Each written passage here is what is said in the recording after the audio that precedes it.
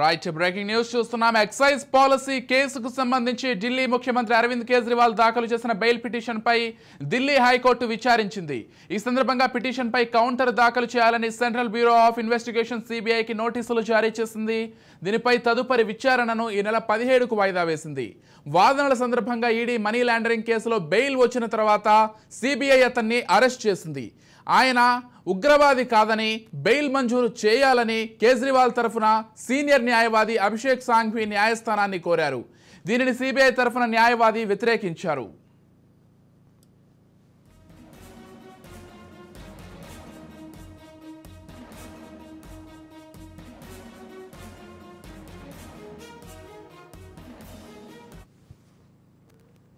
ఇదిలా ఉంటే ఇప్పటికే కేజ్రీవాల్ సిబిఐ తనను అరెస్ట్ చేయడాన్ని సవాల్ చేస్తూ హైకోర్టులో పిటిషన్ వేయగా అది పెండింగ్ లో ఉంది.